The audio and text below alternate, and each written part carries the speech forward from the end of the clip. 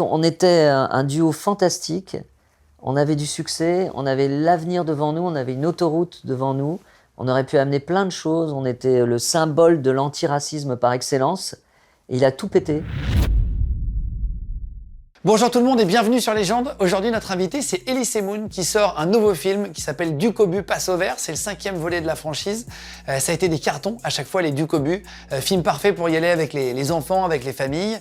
Il sort son nouveau film et vous le voyez, on n'est pas dans le studio de Légende habituel. On est dans un loft avec notre partenaire qui sont les fenêtres Velux, les fenêtres de toit Velux, qui permettent d'agrandir l'espace, de le rendre plus lumineux, de profiter de mètres carrés supplémentaires. Je trouve ça assez incroyable. On est dans un loft aujourd'hui qui ressemblait à ça avant. Regardez, c'était des combles. Et grâce aux fenêtres de toit Velux, ils ont pu en faire un appartement. Là, on est chez Dalila, en région parisienne. Et ça permet aujourd'hui d'utiliser beaucoup de mètres carrés supplémentaires, ce qui est de plus en plus important. Et regardez, il y a aussi ce modèle de fenêtres, des fenêtres qui deviennent des balcons. Si vous n'avez pas beaucoup d'espace, vous avez envie d'avoir un petit espace extérieur, vous êtes dans une grande ville, ou vous êtes dans des toits comme ici, dans des combles en haut, et ben vous avez un espace extérieur qui est créé avec cette fenêtre qui se déplie. Il y a sur les côtés carrément des petites barrières, donc c'est ultra sécurisé. En plus, c'est protégé de la pluie avec la vitre qui sert de toit, justement, et qui tient un vrai balcon. Et ça se fait dans la journée, donc c'est très simple. Et avec l'augmentation du télétravail, on a envie de se sentir un peu mieux chez soi, dans des endroits un peu lumineux comme ici. Et voilà, c'est nos partenaires, les fenêtres Velux, donc merci à eux. Et c'est parti avec l'interview d'Elise Moon maintenant.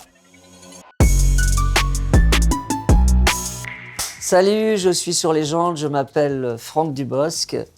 Ah putain, je m'appelle Elise Moon, pardon. Non mais j'oublie à chaque fois.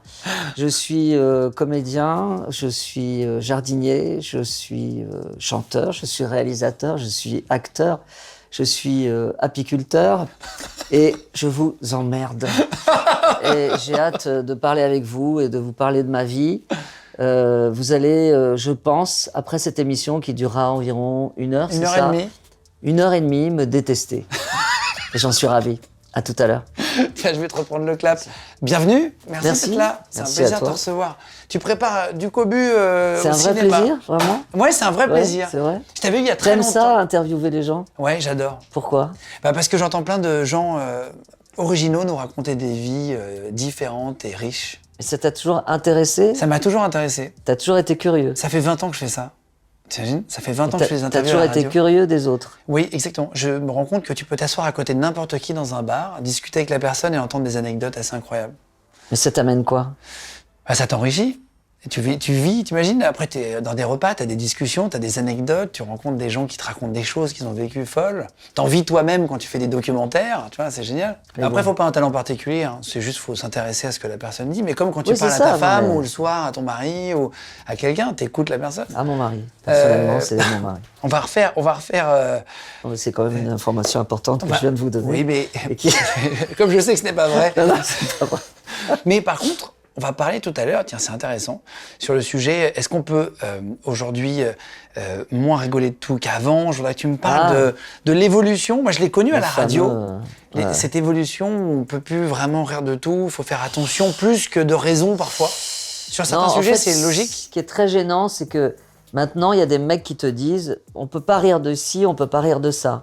Mais comme si c'était des spécialistes de l'humour. Mais moi, je vais pas voir un garagiste pour lui dire mec, ton moteur là, tu l'as mal mis, ça se met à l'envers normalement les turbines. Oui, tu n'as pas donné je de sais pas quoi. conseils. Ouais, Donc je vois pas de quel droit on viendrait me dire tu dois pas rire de ça.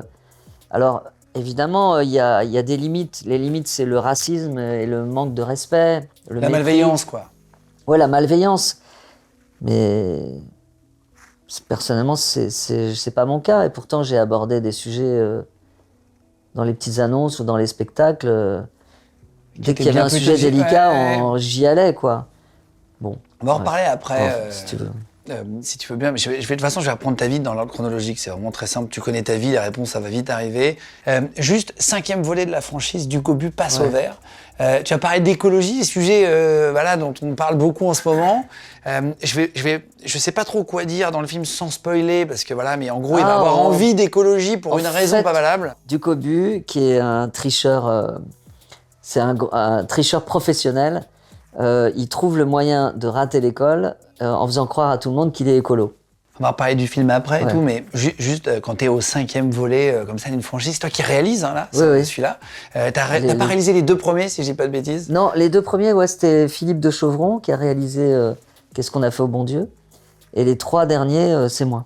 Est-ce que c'est différent, juste, on parlera tout à l'heure, mais est-ce que c'est différent de préparer un film pour enfants qu'un film pour adultes? Est-ce que c'est plus dur parce qu'il faut pas que tu dises de conneries pour que tout le monde puisse le voir, ou c'est plus facile parce que l'humour est plus simple? En fait, je n'ai fait que des films pour les enfants, donc. Mais je pense qu'il faut prendre les enfants comme on prend les adultes.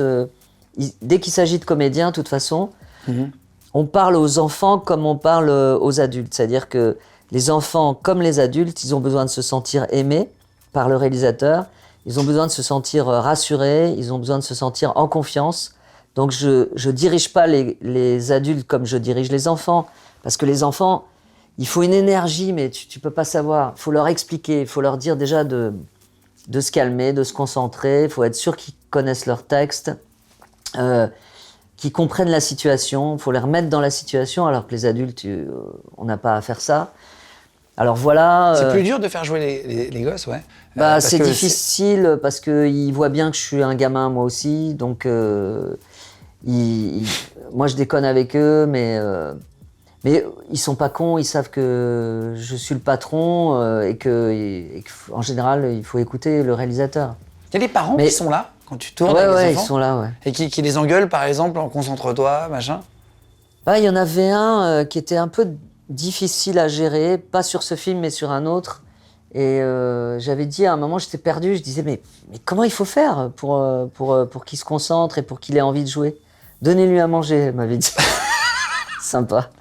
Donc oui, les parents sont là, mais en général ils sont assez discrets. Et puis franchement, on s'occupe super bien des enfants. Il y a des coachs. Comme on a tourné en Belgique, ils sont dans une maison tous ensemble. C'est une sorte de colonie de vacances. C'est ça. Ça devient génial. Non mais ça change leur vie. Hein. Ceux qui sont pris pour tourner dans le film, ça change leur vie. Ils vont s'en souvenir toute leur vie. Et c'est tellement important pour eux, là, les nouveaux enfants, puisqu'on a renouvelé le stock d'enfants, puisqu'un enfant, ça grandit, en fait, oui. malheureusement. 2-3 ans plus tard, ça devient c'est des plus les ados. mêmes. C'est ça. Ouais, c'est plus les mêmes. Et donc, ils sont comme des fous. Quand je leur ai annoncé que c'était eux, c'était le rêve de leur vie, on va dire, de leur petite vie. C'est à partir de quel âge que tu peux emmener ton enfant si vous avez envie d'y aller chez vous avec la famille, etc. À partir de quel âge? Je me suis posé la question pour mon fils qui a 3 ans. Ah ouais? Il a rigolé, je l'ai montré au petit-déj. Il a rigolé sur certaines séquences. Je pense qu'à partir de 6-7 ans. 6-7 ans, ils comprennent vraiment le... Ouais. Quelle belle cueillette nous fîmes, quelques hyménomycètes, virgule, des géastères. Oh, mais c'est un sans faute du cobu, c'est un miracle. Vous pouvez remercier le ciel. Oh, mais qu'est-ce que c'est? La Voie lactée? Non, c'est ma dictée. Pour reprendre ta vie, t'es né le 16 octobre 63 à Paris, et né d'une famille de 3 parents juifs séfarades, ton père originaire du Maroc, ta maman d'Algérie. Ouais. Éducation sévère, éducation cool. Quel type Non, éducation normale. Ma mère était prof de français, donc c'était quelqu'un d'assez classique, on va dire, elle m'a donné une bonne éducation. Elle nous a élevés dans les livres, et je pense que c'est vachement important. Ça a l'air d'être maintenant de faire un peu réactionnaire, tu vois. Mais vraiment, ça rend intelligent de lire des bouquins. Ça élève. Vraiment. Ça élève à fond. Souvent, je me vois, là, je digresse, mais je me vois en train de regarder mon téléphone, et comme tout le monde, je peux y passer 1 heure, 2 heures, mais après, je me sens vide. Et là, je ressens, ça fait longtemps que j'ai pas lu de bouquin. Ce que j'ai te demandé, je ressens le besoin de lire là en ce moment, parce que j'ai trop regardé mon téléphone, j'ai trop regardé des vidéos débiles de meufs qui ont des lunettes de soleil et qui se prennent une porte vitrée dans la tronche, tu vois, des trucs comme ça, sans intérêt. Ouais, ça t'abrutit à force. Voilà, et c'est réel, exactement. hein, je pense. Tu passes des heures et tu te rends compte que tu n'as rien fait. Ouais. Et t'es fatigué le lendemain, parce que tu t'es couché tard. Tu te sens vide. Tu te dis, mais pourquoi j'ai perdu du temps là? C'est hyper chronophage. J'ai appris un truc en préparant l'émission. Ta grand-mère maternelle est la sœur du grand-père de Patrick Bruel. Vous êtes cousins. Oui, on est cousins, ouais. C'est marrant, ça. Ouais. Je savais pas. Je pense que plein de gens ne le savaient pas non plus. On a essayé de chercher un peu. Vous êtes proches tous les deux? On est cousins. Je crois qu'il était... il était dans... Enfin, quand on faisait des fêtes de famille, je crois qu'il était dans le coin, ouais. Mais j'étais petit, moi. Je suis plus jeune que lui, donc... Mais on... Oui, enfin, mon père était très proche de sa mère. Et on est très liés, oui, mais on se voit pas tous les jours. On se voit pas comme des cousins devraient se voir, Oui, quoi. oui, bien sûr. Voilà. C'est quand t'as 11 ans, tu vis un moment super difficile. C'est ta maman qui décède d'une hépatite. D'une hépatite B, un truc qui l'a emporté en 3 semaines. Une sorte d'accident de voiture, quoi. Oh là là. Et ton On n'a père pas te compris, le quoi. cache? Rien compris. En fait, elle a été enterrée et puis il nous a annoncé sa mort après. Après l'enterrement? L'enterrement. Parce qu'en fait, il pensait, mais c'était vieux, hein, c'était en 74, donc c'était un temps préhistorique. Il pensait peut-être que, même c'est sûr, que les enfants n'ont pas à assister à un enterrement, que c'est trop triste pour eux. Même à 11 ans en fait, et tout, grosse erreur, quoi. Ah, c'est vrai? Ah bah oui. Parce que moi, en fait, j'ai pas suivi le cercueil, je l'ai pas vue morte. Pour faire son deuil, c'est plus compliqué. Ah bah oui, c'est même impossible. Donc, en fait, pendant des années, je la cherchais. J'étais persuadé que c'était une blague, une vaste blague, et que je me rappelle très bien. Donc, nous, on habitait à Antony, en banlieue parisienne. Et je me rappelle, je prenais le bus, le 196, pour aller de l'école à chez moi. Et je me rappelle très bien avoir entendu une voix, une femme qui parlait dans le bus. Et c'était sa voix, c'était elle. J'étais persuadé que c'était elle. Donc je me suis levé pour voir si c'était elle. Ouais. Non, évidemment, c'était pas elle. Donc c'est la preuve que j'étais pas du tout lucide. Pendant très longtemps, je comprenais pas, quoi. T'en as voulu à ton père à l'époque? Oui. Dans le documentaire que je lui ai consacré, je lui en parle et c'est vrai que je lui en ai voulu. J'ai longtemps été en colère contre lui à cause de ça. Parce que ça m'a pas aidé dans ta construction même d'homme après, non? Dans ma construction d'homme. Parce que pour moi, non, on va dire que j'ai toujours cherché ma mère, quoi.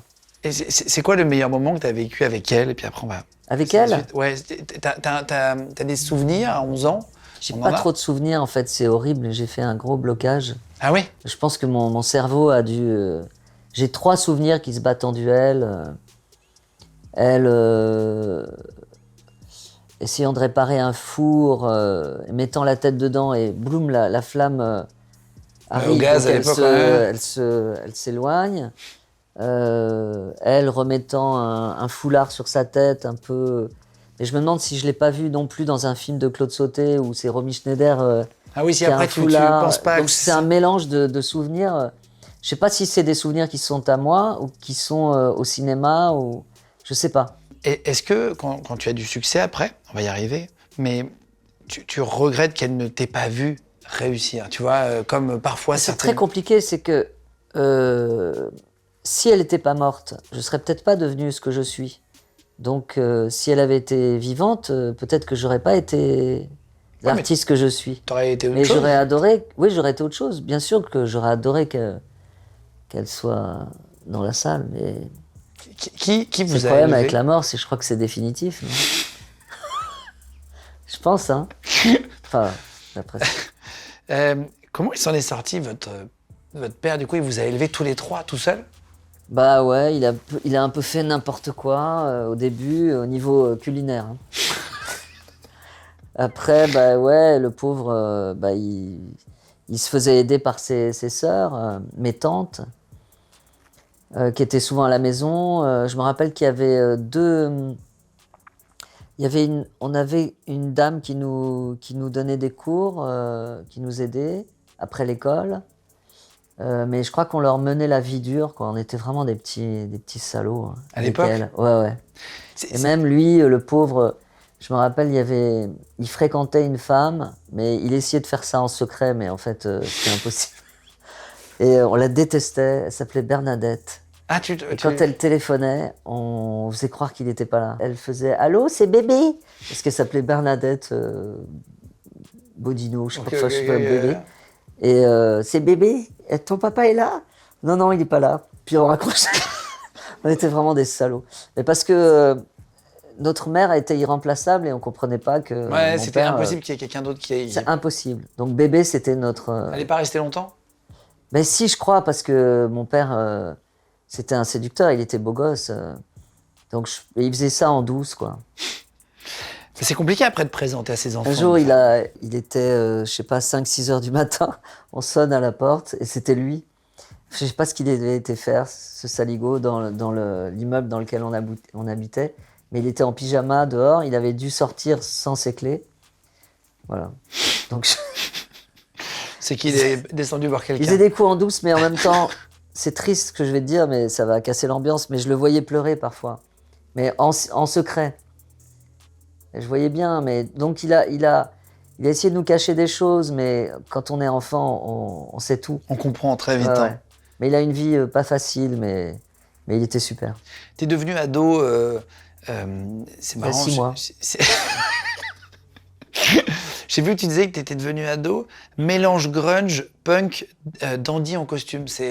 Oui, j'étais. C'est plusieurs personnages en un.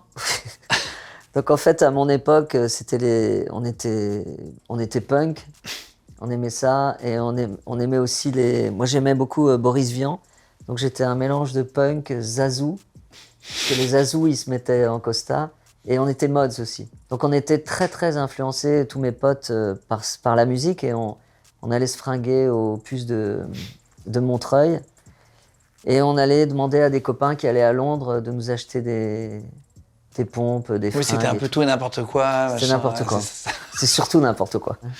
En 80, t'es en terminale à l'époque, tu rencontres Dieudonné. Vous faites rire directement. Quand vous vous Direct. rencontrez, c'est un coup de foudre amical. Ah, complètement. Avant tout.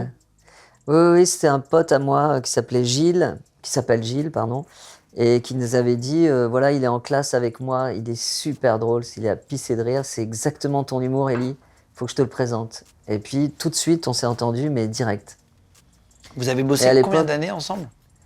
On se connaissait depuis très longtemps, mais je pense professionnellement, on est resté peut-être 7-8 ans ensemble. 7-8 ans, ok.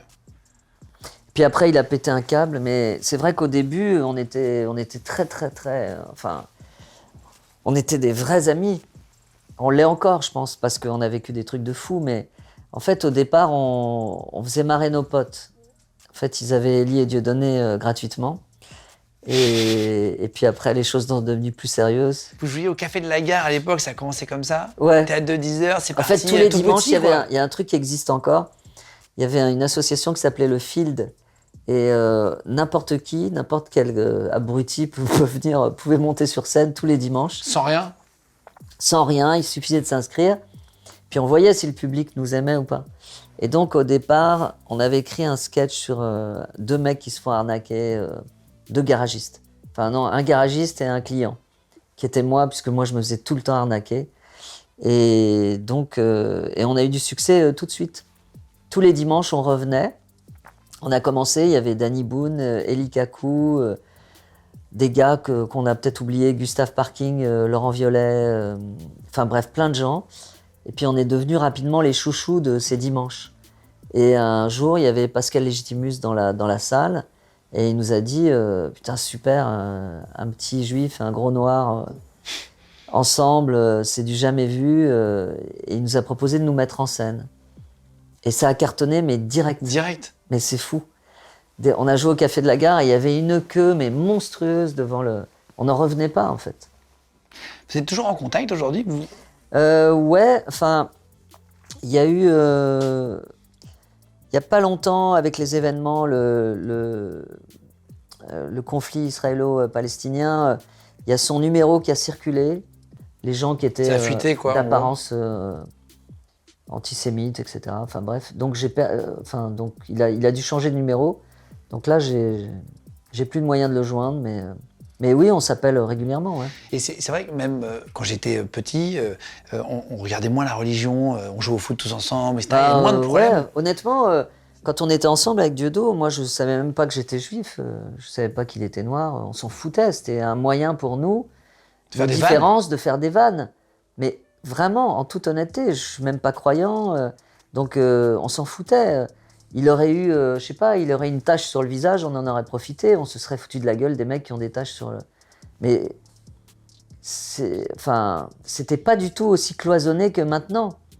On avait même une affiche, ça tu pourras peut-être la montrer, où moi j'étais déguisé en SS et lui en mec du Ku Klux Klan et on se serre la main avec un grand sourire.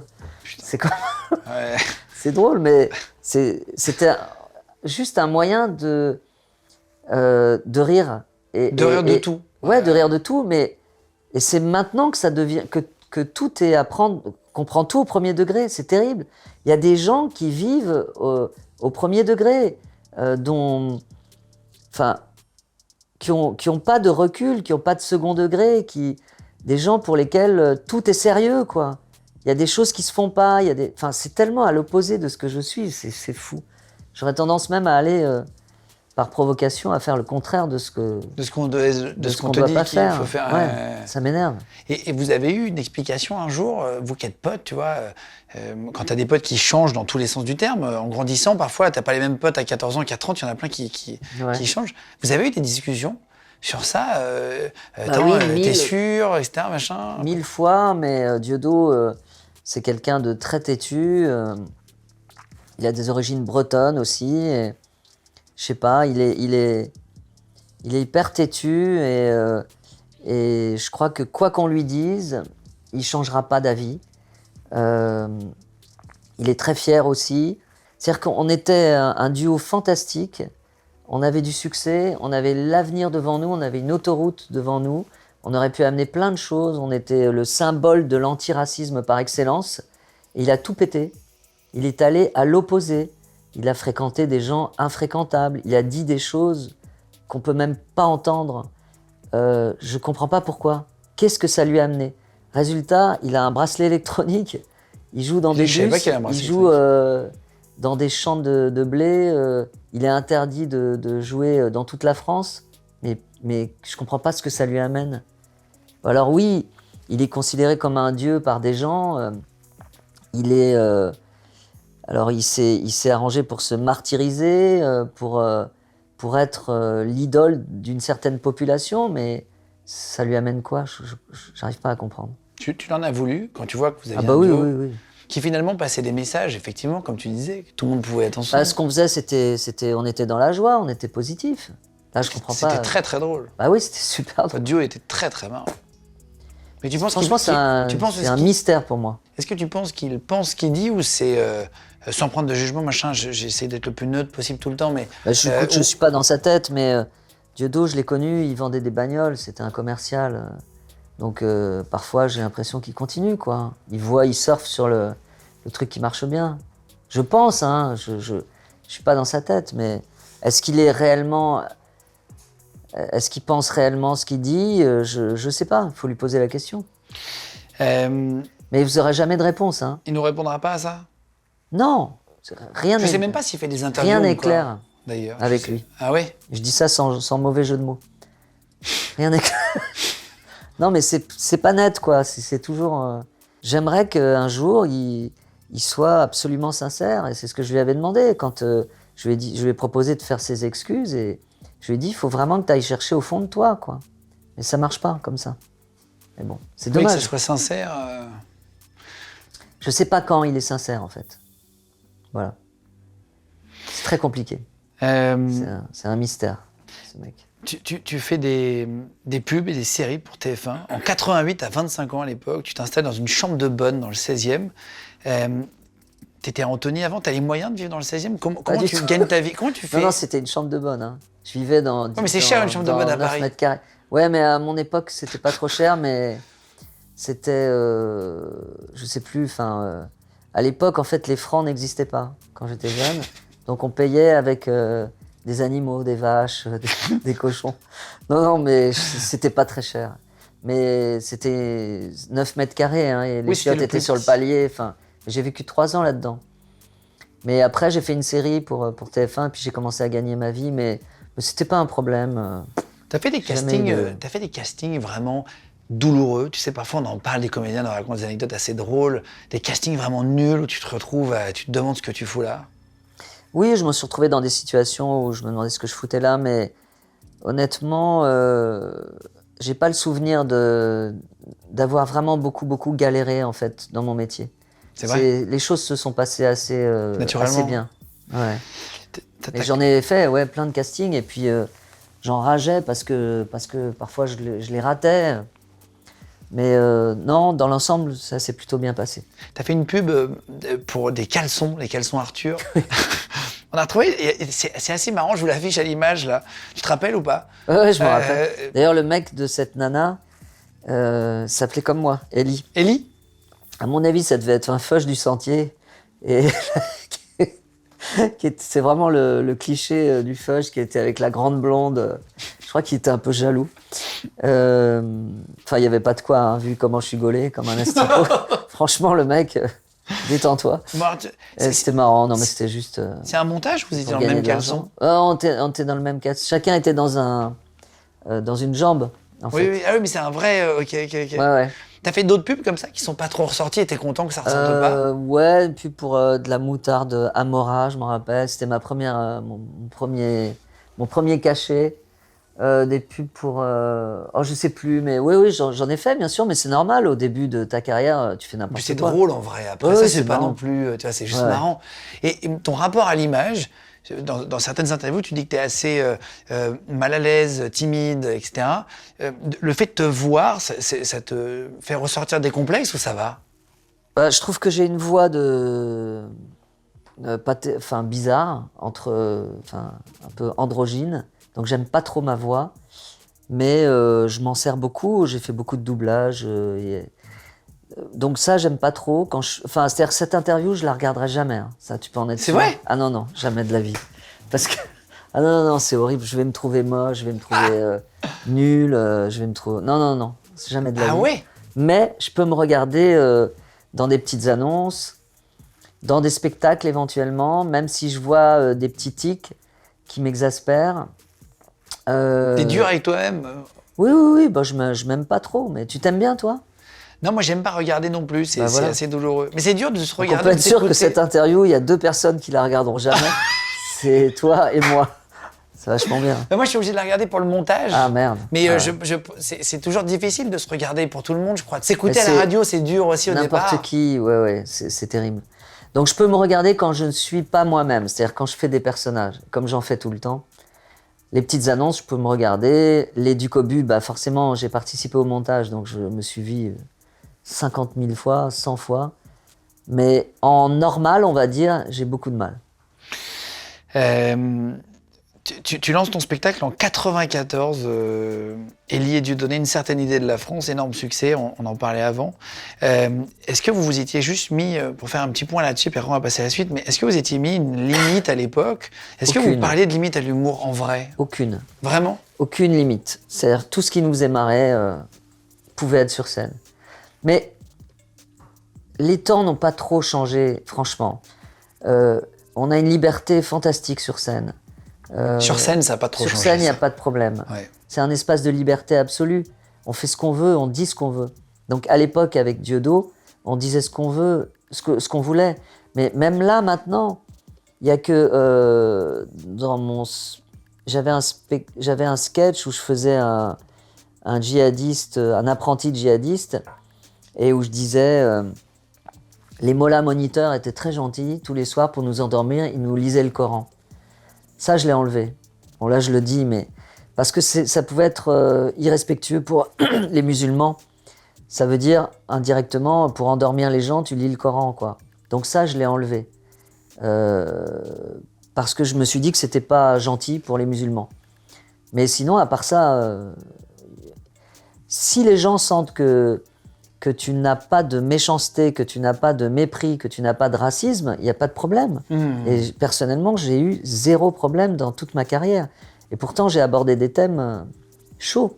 Ouais, c'est plus sur les réseaux, mais ça, on va y revenir. C'est sur les réseaux. C'est sur les réseaux. Hein. Ouais.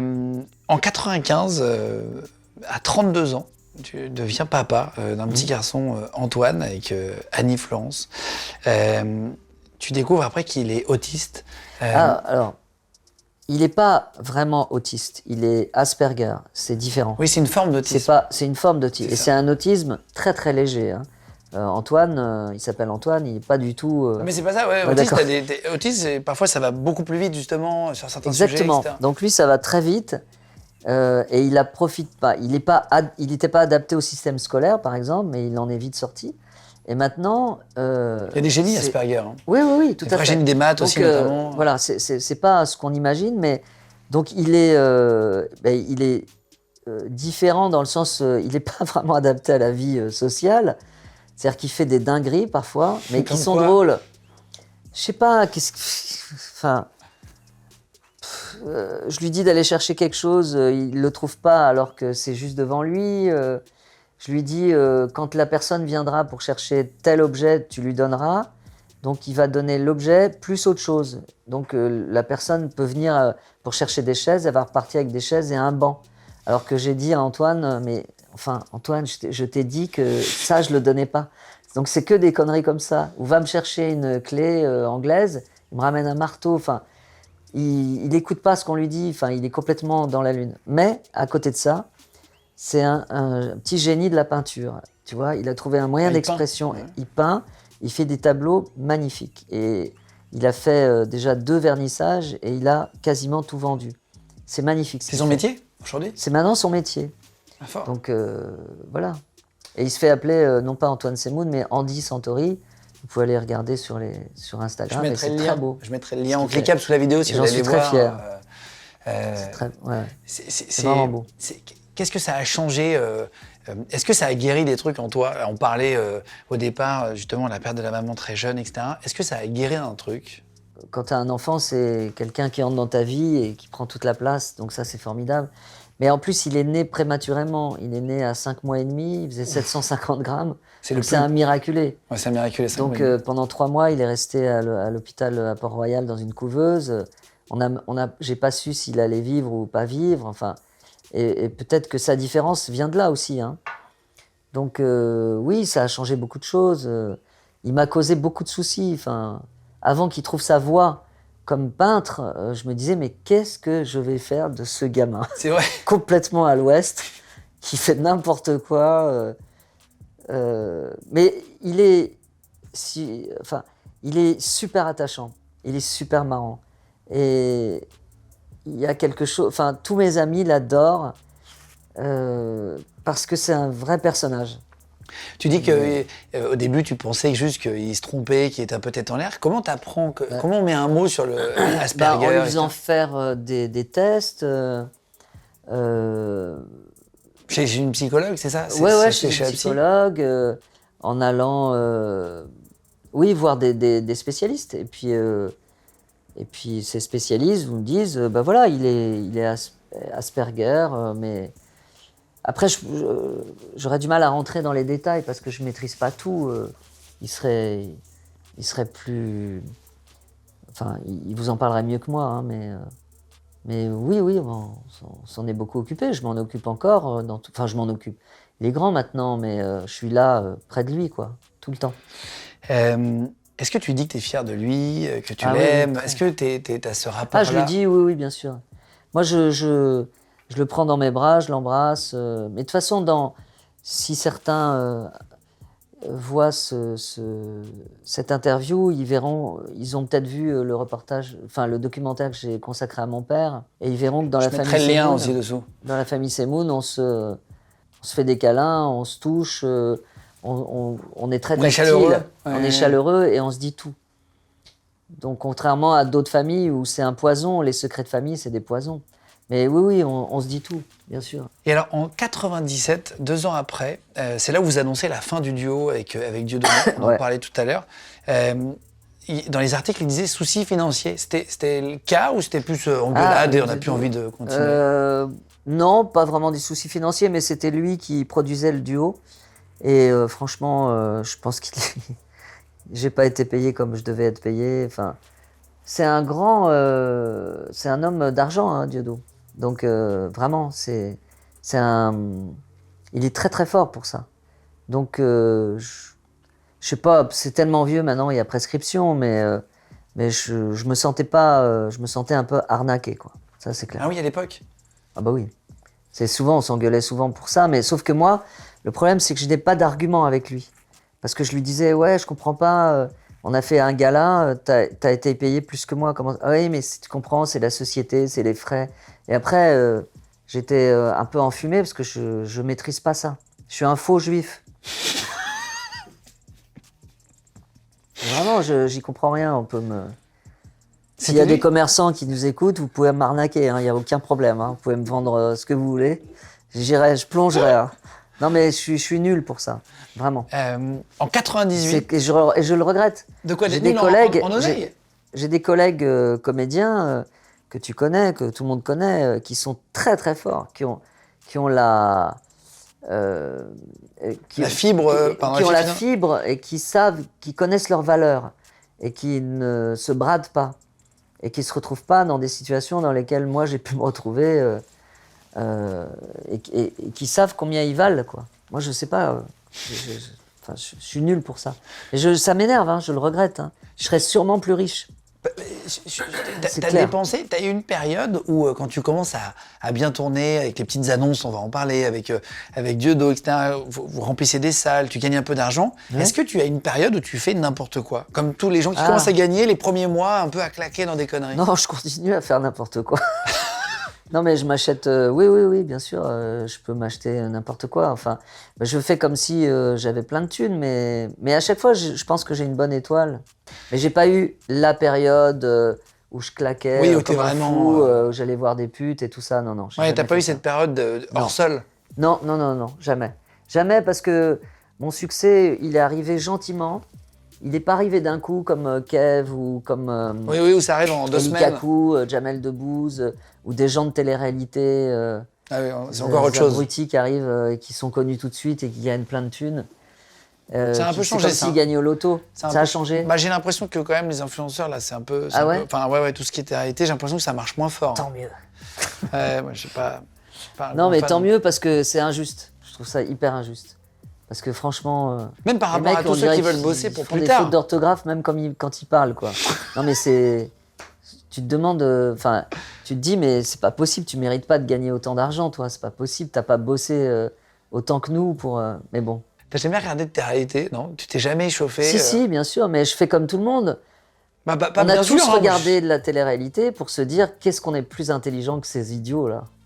À chaque fois, mais non, mais c'est valorisant pour nous. Oui, il y a un côté valorisant. Parce qu'on se dit... c'est comme si on allait aux eaux de Vincennes, quoi. On regarde des mecs et puis on se dit, mais comment ça se fait que tu parles comme ça? Pourquoi tu as autant de tatouages sur le corps? Pourquoi tu as l'air bête comme ça? Et pourquoi... Enfin, je sais pas, c'est fou, quoi. Mais peut-être qu'ils jouent un jeu, ces gens-là. Peut-être qu'ils jouent le jeu de la bêtise. Je crois qu'il y en a qui font semblant. Je crois qu'il y en a qui font semblant. C'est sûr. C'est pas possible... Enfin, de sembler aussi bête et de l'être. Je respecte, enfin, il en faut pour tout le monde, mais c'est pas mon truc à moi. Bah moi, je respecte pas. Je regarde. En 98, tu vas former un autre binôme, j'en parlais avant, avec Franck, cette fois-ci Franck Dubosc, qu'on a reçu ici d'ailleurs, où tu reprends les petites annonces que tu fais avec Dieudo. Est-ce que Dieudo te le reproche quand il te voit avec quelqu'un d'autre? Question que je me suis posée en regardant... Et souvent, il a fait tellement de trucs sur YouTube, Dieudo.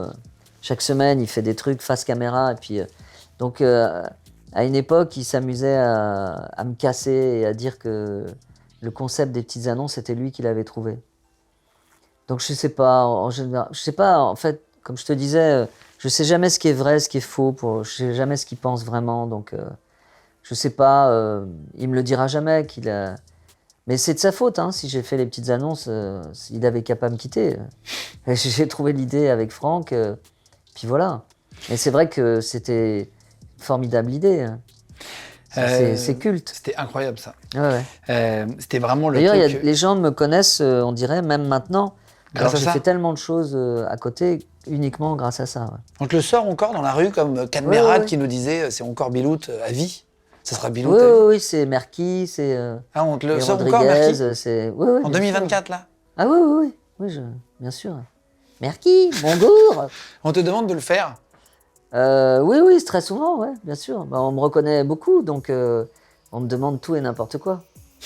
Ah, on me demande si je suis moi. Et vous êtes vous? Ah, d'accord. C'est vous? Et, ouais. Oui, c'est bah moi. oui, c'est moi. Ah, c'est ça. Et oui, bien sûr, on me sort des blagues et tout. Enfin, bref. Ouais, c'est le quotidien classique d'un comique. Mais Ça c'est te fait marrant, toujours hein. plaisir, ça, ouais. Ouais, c'est marrant, c'est sympa. Et là, je Euh, fais les avant-premières en ce moment avec du Cobu et je vois bien les enfants, ils sont comme des fous. Je les adore, ils sont super. Et ils sont tellement mignons. J'ai envie de les prendre dans mes bras, j'ai envie de... Ouais, tu Ils reçois de ils sont- l'amour, en fait. Ah, mais c'est génial. Mais quand on va faire des avant-premières, ils sont tellement mignons.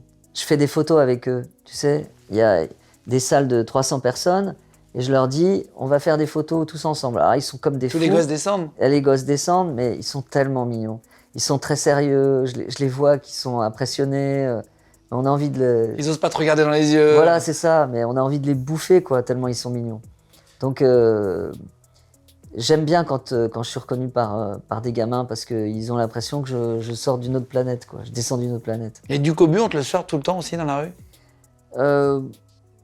Les adultes, moins. Les enfants, oui, bien Oui, sûr. c'est plus les Bah, gosses, oui, ça. oui. Ton premier one man, c'est un an plus tard, en 99, pour donc ça s'appelait Ellie et Semoun, ça je me rappelle très Petite bien. allusion à Élie et Dieudonné.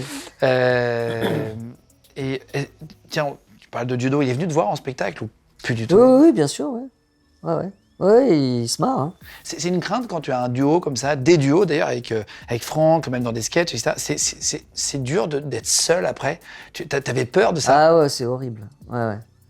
Ouais, je me rappelle que la première fois où j'ai fait mon spectacle, la séparation était validée dans le temps, et donc j'étais au Palais des Glaces, et puis c'est la fin de mon spectacle, je me baisse pour recevoir les applaudissements, et puis je me retourne comme ça. C'était un réflexe, j'avais l'impression qu'il y avait quelqu'un. Ah, c'est vrai? Ouais, c'est marrant. Ouais, tu Mais te bon, retrouves un après, peu on seul s'y au fait, guidon hein. d'un coup, Ah, quoi. En 2002, tu fais L'Âge de glace, tu doubles la voix de Sid. Tout à fait, la voix de Sid. Exactement, c'est marrant. On en a fait un, ensemble. On fait la voix de Juliane dans L'Âge de glace 5 Voilà. avec toi, le petit mammouth qui se marie. C'est toi qui as trouvé ce timbre de voix, tu cherches?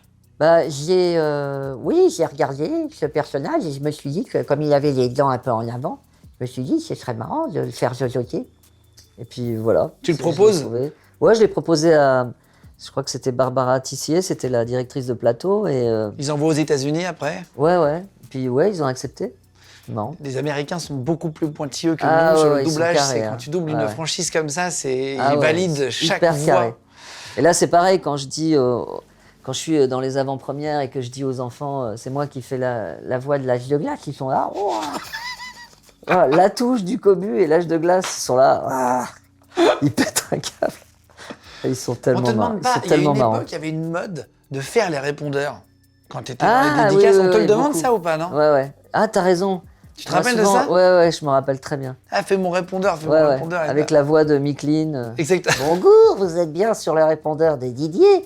Merci de laisser un message. On te l'a fait ça? Ah oui, on me l'a beaucoup demandé, bien sûr. Ouais. Est-ce que L'Âge de glace 6, t'as été contacté? Moi, pas encore. Est-ce qu'il y aura une suite de L'Âge de glace J'en sais rien, je crois pas. pour Sid là? J'ai eu la chance de rencontrer le créateur. J'étais, pour faire de la promo de L'Âge de glace, j'ai été à New York et j'étais dans les studios Blue Sky, Ouais, les gros je studios. crois que c'est ça. Mhm. Les gros studios, donc j'ai passé 2 jours avec le, avec le créateur. J'ai rencontré les gens qui faisaient les dessins et tout. Je pense qu'il en a un peu marre et que... Il a fait le tour, quoi. Ouais, il a fait le tour. Déjà, c'est bien depuis Tu sais que- 2002, attends. T'imagines? Ouais, ils en ont fait 5. Nous, on a fait 5 du Cobu. Ouais, c'est vrai. Est-ce que je vais faire un 6? J'en sais rien. Le film a beaucoup de succès, mais peut-être que... Tu vois, donc au bout d'un moment, tu tournes un peu en rond, tu t'épuises, et puis à chaque fois, faire des suites, il faut se renouveler, mais il faut se creuser la tête, mais d'une manière folle. Donc je pense il a peut-être le même souci que moi, je vais peut-être avoir si on me propose un 6. Surtout sur du Cobu passe au vert, là, donc c'est le 5e. Les 4 premiers ont très bien marché. Ouais. Toujours plus d'1 million d'entrées, 1,5 Ah million, oui, 1,5 million, 1,4 million, 1,2 million, 1,3, ça dépend. J'ai même battu le 1. c'est fou. Vous avez fait mieux que le 1. On a fait mieux que le 1, donc ça veut dire que même avec des suites comme ça. C'est le 3 qui a été le... Ouais. C'est ça, on avait noté. 1 497 000, t'as fait 5 000 de plus que la première. Ouais, c'est dingue. T'as dû être surpris toi-même d'ailleurs. Bah oui, mais enfin, c'est pas un mauvais film, hein. Donc, Il est pas... très efficace. Ouais, il est chouette. Non, mais il faut être franc, hein, c'est vrai. Ouais. Ça marche très très bien pour les kids, c'est un super film. Je vais en parler, j'ai plein de questions. Juste pour terminer rapidement sur ta vie, c'est le 3 avril 2002, tu perds ton frère. Le 3 avril, ouais, le jour où le film va sortir. Oui, il était... il est mort du sida. En fait, il était homosexuel. Et donc du cobu, un film pour enfants. Et donc... Non, mais j'essaye de rattraper le coup parce que sinon mon attaché de presse va m'engueuler. Mais je suis désolé, mais... Bah, Regarde. bah Tu oui, me donc regardais voilà, avec le sourire. un drame. Attends. Non, Oui, mais- un drame familial. Qu'est-ce que tu veux que je te dise, c'est la vie. Il doit y avoir un dossier au ciel sur les Semoun. Ils ont dû dire, bon, bah, dans la famille Semoun, on va prendre la mère, le frère. Vous étiez proche avec ton frère? Oui, oui, bien sûr. Enfin, ma sœur était beaucoup plus proche de Laurent que moi je l'étais. Ils étaient très très liés. Mais oui, oui, bien sûr, bah, c'était mon frère. Hein, donc. Et oui. Comment t'apprends qu'il est homosexuel? Il te le dit? Il nous le dit. Avant oui, les mais parents? Bah, il nous l'a appris en même temps qu'il avait le sida. Donc, mais ça, mon père le savait pas vraiment. Je me rappelle la façon dont il nous l'avait dit. Dans ma tête, mais ça c'est parce que c'est mon côté fou, il dit bon, ce que je vais vous dire c'est pas très gay. Puis dans ma tête je me suis dit bah si, c'est gay en fait, c'est gay. Et là il nous a appris qu'il était homo, qu'il avait contracté le sida. Après il a vécu 7 ou 8 ans avec ça, mais voilà. Ouais, les traitements c'était pas les mêmes qu'aujourd'hui. Hein. Non. En plus, Non, maintenant non. ça a vachement évolué pour le coup. Ouais. Les gens qui arrivent à Je vivre. suis bien content de le savoir. Bon. Ça me fait une belle jambe. Écoute, tant mieux, hein. Tant mieux pour eux, mais ça va pas sauver mon frère. Non, mais c'est une bonne nouvelle que pour les générations Oui, qui oui, arrivent. oui, bien sûr. Mais, Bah oui, mais oui. effectivement. J'ai été dans ce combat aussi, hein. Oui, oui. Dans des associations et tout, mais c'est vas- rageant, hein. C'est une bonne question, ça. Et Tiens. quand on aura... Là, je suis dans une association, ils sont en train de trouver un vaccin contre la mort. Donc j'espère que... Ça arrive avant. Bah, ça arrive avant la mienne. Voilà, Et je tiens. crois, hein, mais dans 1 an ou 2, on aura trouvé. Hein. Tu vas dans des assos toujours? Ça t'arrive ou moins aujourd'hui? Est-ce qu'ils Oui, t'appellent je vais, pour. Tu vois? Bah, je combats... Enfin, je combats, rien du tout, mais la maladie d'Alzheimer qui a touché mon père et qui touche 900 000 personnes ou plus de... presque 1 million de gens en France. Donc, oui, je suis très, très actif. On va parler du Cobu, puis on va revenir sur ta vie après. Ah ouais, mais qu'est-ce qu'on peut y faire? La mais- mort, mais- qu'est-ce que tu peux y mais faire? attends, mais Rien. je trouve que c'est un vrai Soit sujet en tu plus. viens... On est obligé soit d'en rire, soit... Moi, comment j'ai fait après, quand ma mère est morte? Soit je me lançais dans une vie un peu noire et un peu suicidaire, mais malheureusement, comme mon frère a fait, ou soit tu en ris, en fait. Et puis voilà, moi j'ai pris le parti d'en rire, pour pas en pleurer. T'es devenu un clown triste, tu veux dire? Tous les humoristes sont comme ça. Je suis d'accord. Tu les connais, tu en connais, tu as fait des interviews. Tu vois bien que derrière des petits rigolos, se cachent des gens qui rient, qui font rire pour pas pleurer. Parce qu'en fait, on est des gens hypersensibles. Donc, on est des éponges. Donc, on se protège. On passe notre vie à se protéger. Moi, je me suis protégé de tous les malheurs que j'ai vécus en faisant le con et en partageant cette vision un peu noire de la vie que j'ai, mais et en partageant mon cynisme et puis mon côté un peu trash. C'est ça que les gens aiment bien. Sous forme d'humour. Parce que moi, quoi. j'aime pas quand c'est plat, j'aime pas quand c'est formaté, j'aime pas l'humour qui plaît à tout le monde. J'aime bien être clivant, quoi. Avec un peu d'aspérité, quoi. Ouais. Et j'aime bien, je cultive ce côté provocateur. Sinon, on s'emmerde, non?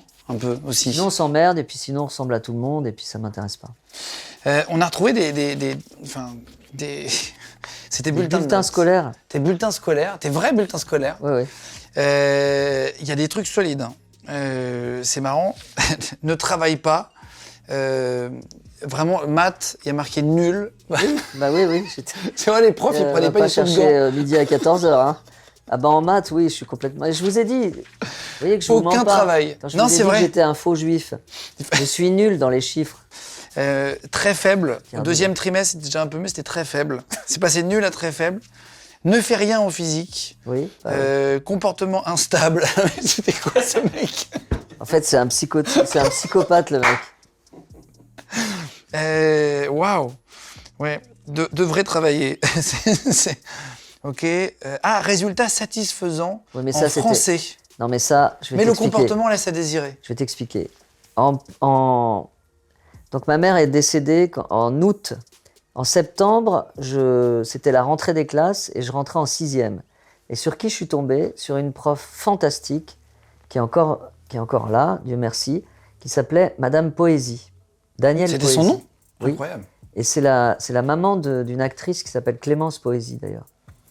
Et c'était une prof fantastique. Et je crois que j'ai fait comment on dit? Une projection? Non, pas une projection, mais un transfert sur elle. Voilà. Je l'ai adorée.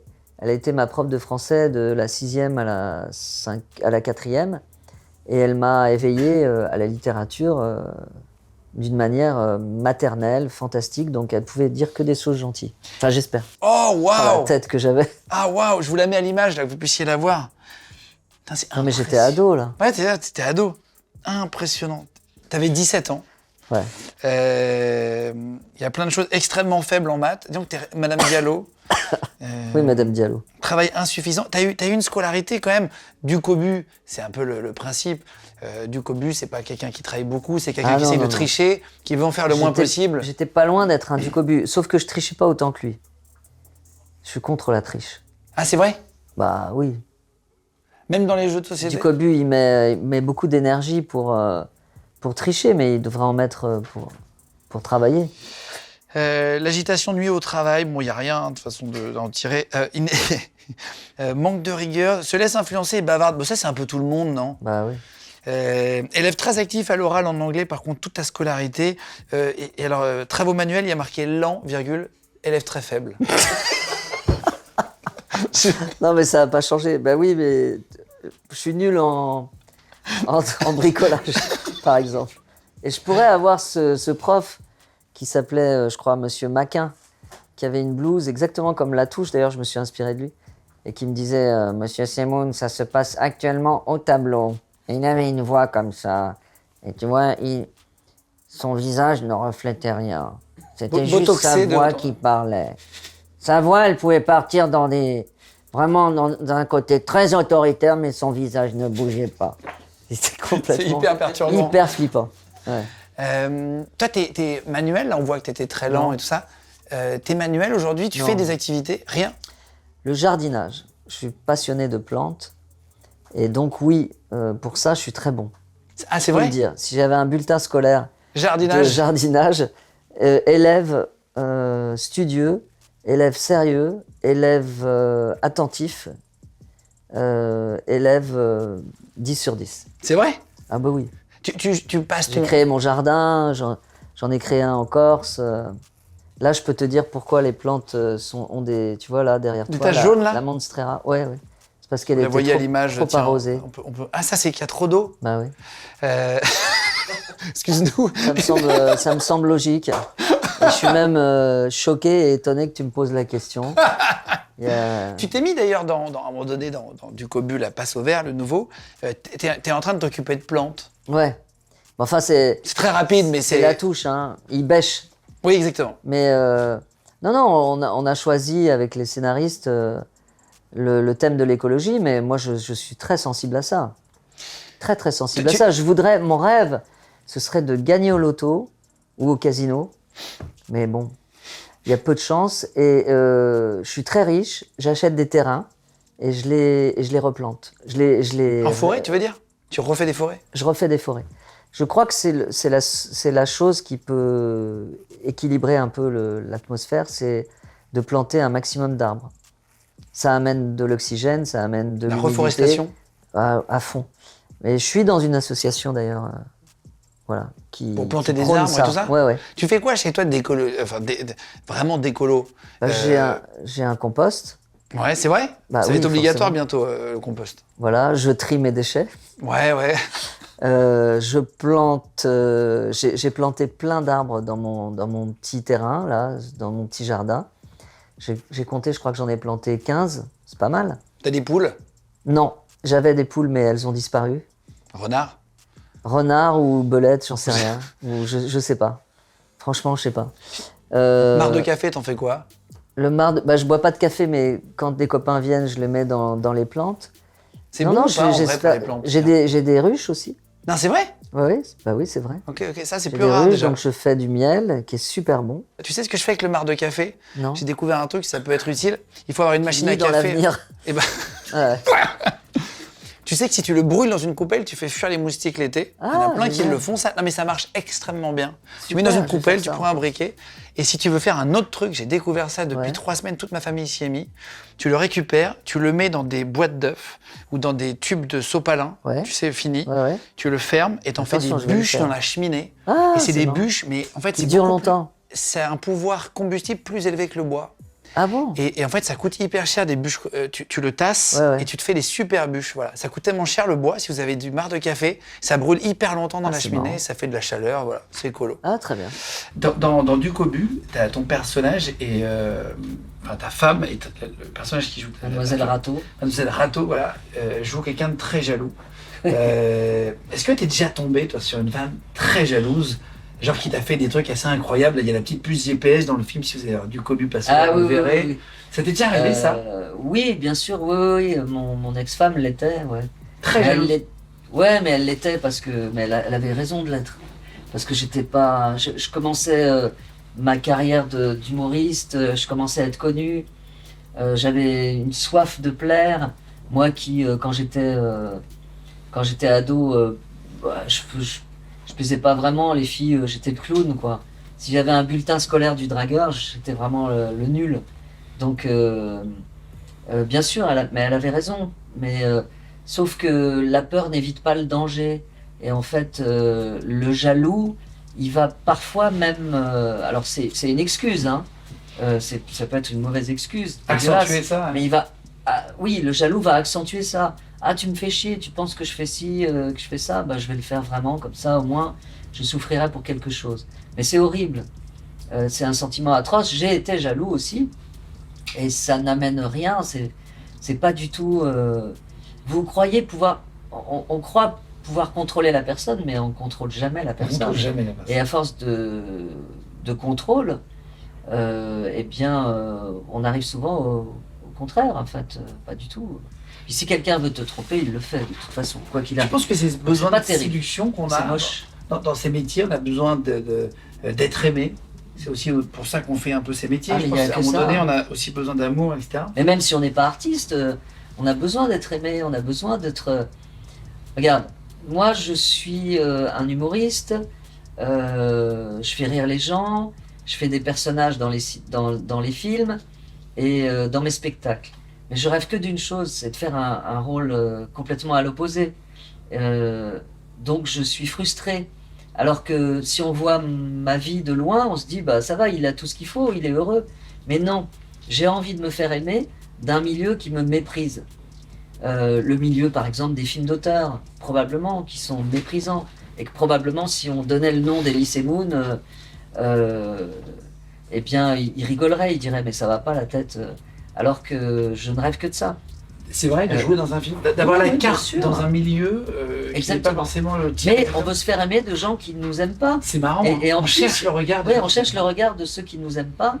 Et alors que j'aurais toutes les raisons d'être un peu prétentieux. Je fais des millions d'entrées. Pas eux, mais ils ont cette morgue, cette espèce de mépris, de condescendance par rapport aux gens qui font rire, alors que c'est la chose la plus dure. Ouais, c'est vrai, c'est vrai. Mais voilà. Donc on veut se faire aimer de tout le monde. Et on a toujours envie c'est de ce qu'on n'a impossible. pas aussi, non? Exactement. C'est-à-dire que quand on est dans un couple stable, on a envie de n'importe quoi, qu'on a n'importe quoi, on a Bah, envie on a parfois des comportements un peu suicidaires, ouais. T'as sorti un album, on parlait de la 3 jalousie, albums. mais non, mais j'arrive au premier là. Ah, d'accord. J'allais dire, t'as sorti un album en 2003 Ouais. de Bossa Nova, Ouais. qui s'appelait Chanson, Ouais. et que t'avais dit faire par amour à l'époque. Oui, oui, oui. Euh, J'avais rencontré une femme dont je suis tombé amoureux, mais direct. On a eu une aventure, et puis ça s'est fini très rapidement. Et forcément, ça a créé une frustration chez moi. Et j'ai écrit l'album entièrement pour elle. Et ce jour-là, je l'ai rencontrée elle, j'ai rencontré Henri Salvador et Keren Anne. C'était dans le cadre d'une émission. Et ce jour-là, il y a eu une alchimie qui a fait que j'ai rencontré toutes les personnes qui m'ont aidé quelques mois après à m'exprimer. Et j'ai adoré chanter, Faire ça, j'ai adoré faire ça. L'album a eu du succès, il s'est vendu à 80 000 exemplaires. ouais, c'est beaucoup. C'est beaucoup. Tu t'es fait vanner par des potes quand en Bah, 2000, bien sûr. Le jour où c'est sorti, je me rappelle, il y avait Gad, mais ce salaud. Il disait ouais, non mais il se foutait de ma gueule, mais je sentais qu'il avait qu'une envie, c'était de faire la même chose. Ah Ce ouais. qu'il a fait après avec Après. Nougaro, Exactement. parce qu'ils m'aiment, ils sont fans de ce que je fais, donc ils m'aiment en comique. Mais Oui, dès que tu sors un peu de ton et dès truc que je habituel. sors, dès que je commence à chanter une chanson, j'ai envie de vous voyez, etc. Bah, ils se foutent de ma gueule, mais je suis le premier, et je l'assume, à avoir assumé ma grande sensibilité. Et ma féminité en quelque sorte. C'était pour Mademoiselle A. dans cette- Mademoiselle A. C'était Ouais. ça, hein. Oui, oui. Aurélie. Parce que elle s'appelait Aurélie. Aurélie. Ouais. Bravo. Qui veut savoir qui c'est? Non, C'est ça m'intéresse pas. Moi, c'est pas les noms, ce Ah, qui m'intéresse, d'accord. c'est les anecdotes. Aurélie. Ouais, Plus, ouais. plus que ça. C'est quoi le truc le plus fou que tu as fait pour une femme? C'est un album ou est-ce que tu as fait un autre truc un jour où tu t'es dit Mais plein Ah, de choses folles. Parce que je suis un amoureux de l'amour. J'ai écrit un livre aussi après ma séparation d'avec une fille. J'aime bien. Enfin, si je fais pas un livre, je fais un album. Je sais pas si c'est une chose folle de faire ça, mais Si, c'est incroyable. c'est incroyable. Pour une fille, faire un album, Oui, oui, oui. c'est étonnant. Et un bouquin. Oui, oui, sûrement. Et un enfant. Écoute, ouais, bah, je suis, on va dire, j'aime pas dire ça parce que ça veut rien dire, mais on va dire pour résumer, simplifier, je suis assez romantique. Mais c'est pas aussi simple que ça. Voilà. Ça peut être aussi de la dépendance affective. Tu vois, parfois, on a l'impression qu'on tombe amoureux de quelqu'un et au fond, c'est de la dépendance affective parce que cette personne nous résiste. Alors on se fait croire que c'est de l'amour, alors que c'est pas de l'amour. Ouais, je comprends. Donc ça se trouve c'était ça. Cette fille, Aurélie, j'en suis tombé amoureux parce que j'avais pas vraiment le droit de tomber amoureux à l'époque de quelqu'un. Parce que j'étais marié, mais j'étais en fin d'histoire. Parce qu'elle me résistait, même si on a eu une histoire ensemble, mais ça s'est fini vite. Donc ça a créé une frustration chez moi et je me suis peut-être raconté des histoires. Mais peu importe, c'est pas grave, ça fait faire des chansons, ça fait faire des poèmes, faire des choses, c'est la vie. C'est la vie. Est-ce qu'on peut aimer, j'en parlais avec Rim Kérissi qui est venu et qui était d'accord avec ça, est-ce qu'on peut aimer plusieurs personnes en même temps? Ça me semble compliqué. Plusieurs femmes en même temps, par exemple? Oui, Tu plusieurs penses femmes à ou ça? plusieurs hommes pour quelqu'un, ouais. Ah, Plusieurs personnes, est-ce que ça je me parle que en relation amoureuse, hein, pas... Ça me évidemment. semble compliqué, ça me semble même impossible. De ce point de vue-là, je pense que je suis assez classique. On peut regretter quelqu'un, regretter son ex, mais c'est pas de l'amour. On peut pas aimer aussi intensément deux personnes en même temps. Enfin, moi, ça me semble impossible. En 2005, tu écris avec Franck Dubosc et Muriel Robin ton one man. Ellie se prend pour qui? En 2 minutes, tu remontes sur scène seul avec ton one man, donc Merki, qui est un énorme succès. Ouais.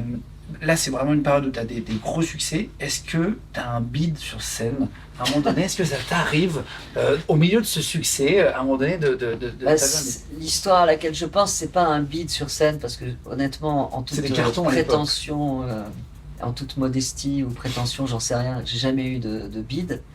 Mais un jour, j'ai accepté de faire une participation à une bar mitzvah.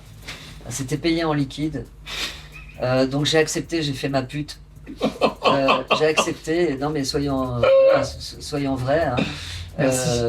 Et j'ai été faire un bout de sketch dans cette bar mitzvah de Marco Mouli. C'était Marco Moli? Marco Mouli, ouais. J'étais pas le seul, hein. Je vais pas citer de nom, mais on était plein. Mais il y en a plein, il y a plein d'artistes. Et Ouais. puis c'est chouette, si après tout il gagne de l'argent, c'est pas. Oui, incroyable. oui, mais bon. Bref, j'ai pas envie d'entraîner les autres dans mon truc. Mais j'étais pas tout seul. Et donc, je fais un sketch. Moi, évidemment, provocateur comme je suis, je choisis juste un sketch, le sketch de Kevina. Kevina, c'était un personnage qui parlait comme ça, et elle parlait à sa grand-mère, et elle parlait de sexualité, elle parlait de lesbienne. Elle hésitait entre être lesbienne ou pas. Et dans la salle où je commence à faire mon Il y a sketch, combien de gens qu'on imagine? dans la salle, il y avait environ une centaine de personnes. Il y avait des gens qui étaient très très religieux. Donc entendre parler de sexe et surtout de lesbiennes, c'est pas possible. Donc je les voyais petit à petit, au fur et à mesure du sketch, sortir de la salle. Et moi, évidemment, comme je suis sensible à ça et que j'étais pas dans des conditions fantastiques, c'est-à-dire que j'étais pas du tout dans une salle de théâtre et tout. Enfin, j'étais légèrement sur une estrade. Enfin, c'était tout pourri. Je perds mon texte, j'oublie mon texte, donc l'enfer, je sais plus ce que je dis. D'abord, au début, j'étais en retard, je suis arrivé en retard, donc je commence par une vanne qui marche pas du tout. Je fais excusez-moi, je suis en retard, j'étais avec Dieudonné. C'était à l'époque où Dieudo, c'était l'épouvantail de tous les juifs. Donc ça fait pas rire du tout. Et donc je commence ce sketch, je me plante. Quel enfer ça. Un cauchemar, un cauchemar. Je finis le sketch, Marco Mouli fait au mec qui m'avait, à l'intermédiaire, enfin, espèce de Une sorte d'agent d'agent. du coup là. Et il dit non mais attends, ça fait pas rire du tout, c'est pas drôle, je vais pas lui donner ce que je lui dois, C'est je vais vrai? lui donner la moitié. Parce qu'il nous a pas fait rire, etc. Donc l'agent fait non mais attends, t'es gentil, tu nous avais dit que tu nous donnais ça. Et je suis reparti donc avec la moitié du cachet. Mais cet argent, j'en avais honte quoi. J'en avais vraiment honte. Je me disais mais qu'est-ce que je suis venu foutre là? Et j'ai parlé à mes potes qui étaient là aussi. Je leur ai dit mais comment vous avez fait? Ils m'ont tous dit bah c'est le public le plus dur au monde. Mais ils se sont mis en apnée et puis Ah oui? sauf que moi j'ai pas réussi. Putain. Donc c'était vraiment la honte de ma vie. Et il y a un moment où tu fais de la vanne de trop juste après au Nikaya à Nice. Ah, j'étais au Nikaya, donc une énorme salle, une sorte de zénith. Et tout d'un coup, c'est je très fais mon beau, spectacle et la lumière s'allume. Donc je comprends pas, je me fous de la gueule d'un électricien qui a peut-être appuyé sur un interrupteur. Je peux dire qu'il y avait 3000 personnes, 4000, hein, c'était énorme. Donc C'est ton spectacle là. je fais mon spectacle, donc je dis, mais enfin, je sais plus les vannes que j'ai trouvées, mais je les avais trouvées. Et là, il y a mon régisseur qui me fait des grands signes en coulisses et qui me dit arrête tes conneries, il y a un mec qui vient de mourir, qui vient de faire une crise cardiaque, les pompiers sont là et tout. Donc bon bah. Et toi, qu'est-ce que tu fais sur scène là, quand ça Bah, te sur passe? scène, je fais désolé, on va arrêter 5 minutes et puis on va reprendre. Et là, j'étais en coulisses et ils m'ont tous dit mais t'es con ou quoi? Et je leur ai dit mais je pouvais pas savoir moi. Et en effet, je voyais qu'il y a des pompiers, il y avait une civière et tout. Enfin bref. Et après, tu reprends le À mon spectacle. spectacle, je peux vous dire qu'on est mort de rire. Non, après j'ai repris le spectacle, ouais, mais c'était un peu. Ouais, c'est compliqué là. Ouais. Ouais, l'ambiance. Très compliqué. Repartir, bon, Ah, alors. repartir là-dessus, c'est chaud. J'en étais où? Ouais, c'est très Ouais, chaud. waouh. En 2009, tu coécris le film Cyprien, inspiré d'un de tes personnages. T'as fait combien de films en tout dans ta vie là? Je vois, C'est vrai. on remonte là, mais t'as Ah ouais, fait il y en a un un nombre paquet, de projets énormes. Je sais pas, j'ai jamais compté. Tu sais plus? 40, 30? Non, c'est peut-être vrai. plus? J'en sais rien, je sais pas. Aucune Euh, idée. À J'aurais voulu en faire plus. Hein. À l'époque, tu fais plein de trucs super, et là, le film se fait détruire par la critique. Ah ouais. Ils sont hyper sévères, On etc. on a fait quand même 800 000 entrées. Hein. Alors que c'était- pas mal. Hein. Exactement. Mais moi, j'ai trouvé il était moderne, ce film. Ça parlait d'un milieu dont personne ne parlait, le milieu des geeks. Mais c'est normal. Quand on est comique, de toute façon, on se fait fracasser par tout le monde, sauf par le public. Moi, j'écoute pas mal la radio, j'écoute de temps en temps France Inter, et j'écoute cette émission qui est la plume et le chapeau, là. Aidez-moi. Le masque. La plume et le chapeau. Bonjour, bienvenue à La Plume et le Chapeau.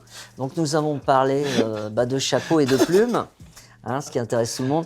Non, et donc je les imagine tellement fracasser ce genre de film, tu vois. Donc ça m'empêche pas de dormir. En 2011, tu as Ducobu qui sort, le premier, l'élève Ducobu. 2012, la suite, les vacances de Ducobu, etc. Ça s'enchaîne. En 2020, tu vas passer derrière la caméra cette fois. Comment ça se fait? Tu m'en as parlé rapidement au début. Tu m'as dit que tu as commencé à réaliser le troisième. On t'a proposé, ça t'a chauffé tout de suite. Tu t'es dit. C'est UGC, c'est Romain Rochman, le producteur, qui m'a dit Philippe, il en a marre de tourner avec des enfants. Puis de toute façon, il a un autre projet, c'est Qu'est-ce qu'on a fait au bon Dieu? Est-ce que ça te branche? Et j'ai dit oui, mais tout de suite, direct. Techniquement, je suis complètement nul, mais pour diriger des comédiens, comme je t'ai dit, je suis assez esthète, donc la lumière du film doit être belle. Et là, le dernier, elle est magnifique, la lumière. Elle est très jolie. Les décors pour de vrai, sont sublimes. Tout le monde est beau dans ce film. Et ça, j'y tiens beaucoup. Et la direction d'acteur, on ne peut pas me dire que le moindre acteur qui a joué dans mes 3 films, il joue bien. Il n'y a pas de faute de jeu, parce que je suis très pointilleux là-dessus. Très pointilleux. C'est très beau. Gérard Jugnot, quand il y a le plan, il arrive au début pour chercher les choses. Ça fait vraiment... L'image est sublime. La lumière et tout, vous le verrez si vous y allez. Non, c'est un bel... t'es fier de ce que t'as sorti là. Ah, super fier. Et tu vois, là, avant de venir à l'interview, j'étais à la projection du film définitif, avec l'étalonnage, c'est-à-dire la belle image, le mixage. La couleur sur l'image, en gros. Voilà. L'étalonnage, le mixage, le doublage, le montage, enfin tous les trucs en âge. Et vraiment, je suis très fier de moi. C'est un très très beau film. Donc ça s'est fait d'une manière naturelle, comme si j'avais fait ça toute ma vie. Le premier film, je l'ai fait dans une forme d'insouciance totale, un peu comme j'ai fait mon premier album, Insouciance. Le deuxième, ça a été beaucoup plus dur. Et là, le dernier, ça a été encore plus dur, parce que là, tout d'un coup... l'insouciance, elle est plus là, et tu affrontes la réalité de la météo, la réalité des acteurs, des enfants qui parfois sont pas très bons, qui sont un peu déconcentrés, qu'il faut recadrer. Ça a été beaucoup plus dur. Recadrer sans les bloquer non plus? Ah bah non, faut pas les engueuler, non, jamais. Et c'est même pour les horaires, il paraît que c'est beaucoup plus dur de jouer avec des enfants parce que les plages horaires sont beaucoup plus courtes. Bah ouais. Donc c'est pour ça qu'on a tourné 10 semaines et c'est pour ça que on a fait des... Oui, parfois on faisait une journée, une séquence. On avait le temps de travailler avec eux. Le niveau scolaire a beaucoup baissé en France. Ouais. Tous les tests, moi je vois mon père m'a montré son certificat d'études qu'il avait fait à l'époque, qui n'a rien à voir. Aujourd'hui, j'avais aucune réponse quasiment. C'est impressionnant. Ouais. Il paraît que ça continue de chuter chaque année.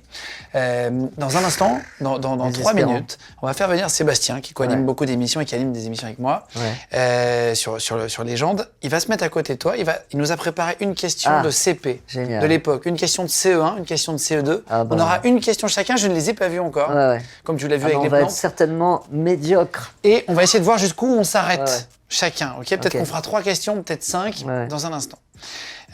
Juste avant, je voulais parler de ton papa qui est décédé en 2020. Tu as fait un documentaire dessus que je n'ai pas vu. Je te l'ai dit tout à l'heure. J'ai un problème de lien, de mail, j'ai pas pu le voir. Tu l'as suivi? Il a eu Alzheimer? Oui. En fait, je faisais des vidéos avec lui sur Instagram et mes potes Gad et Franck m'ont poussé du Bosc, m'ont poussé pour faire ils m'ont dit fais un documentaire sur lui, il est exceptionnel, il est tellement drôle, il est tellement touchant, il a tellement de trucs à dire certainement. Donc j'ai accepté et il se trouve qu'au moment où j'ai accepté, on a découvert cette maladie chez lui d'Alzheimer. Donc j'ai fait venir Marjorie Desjardins, qui est réalisatrice de documentaires, à la maison, qui a rencontré papa, on a passé une après-midi ensemble, on a joué au Scrabble. Elle est tombée sous le charme de mon père et elle m'a dit « Ok, on y va, on fonce, on le filme ». Alors je me suis posé des questions. Ma sœur m'a dit « Mais c'est totalement impudique de le filmer, je ne suis pas d'accord, etc. » Moi je lui ai dit « Laisse-moi faire, on va faire quelque chose de beau ». Et c'est le cas. Le film est magnifique.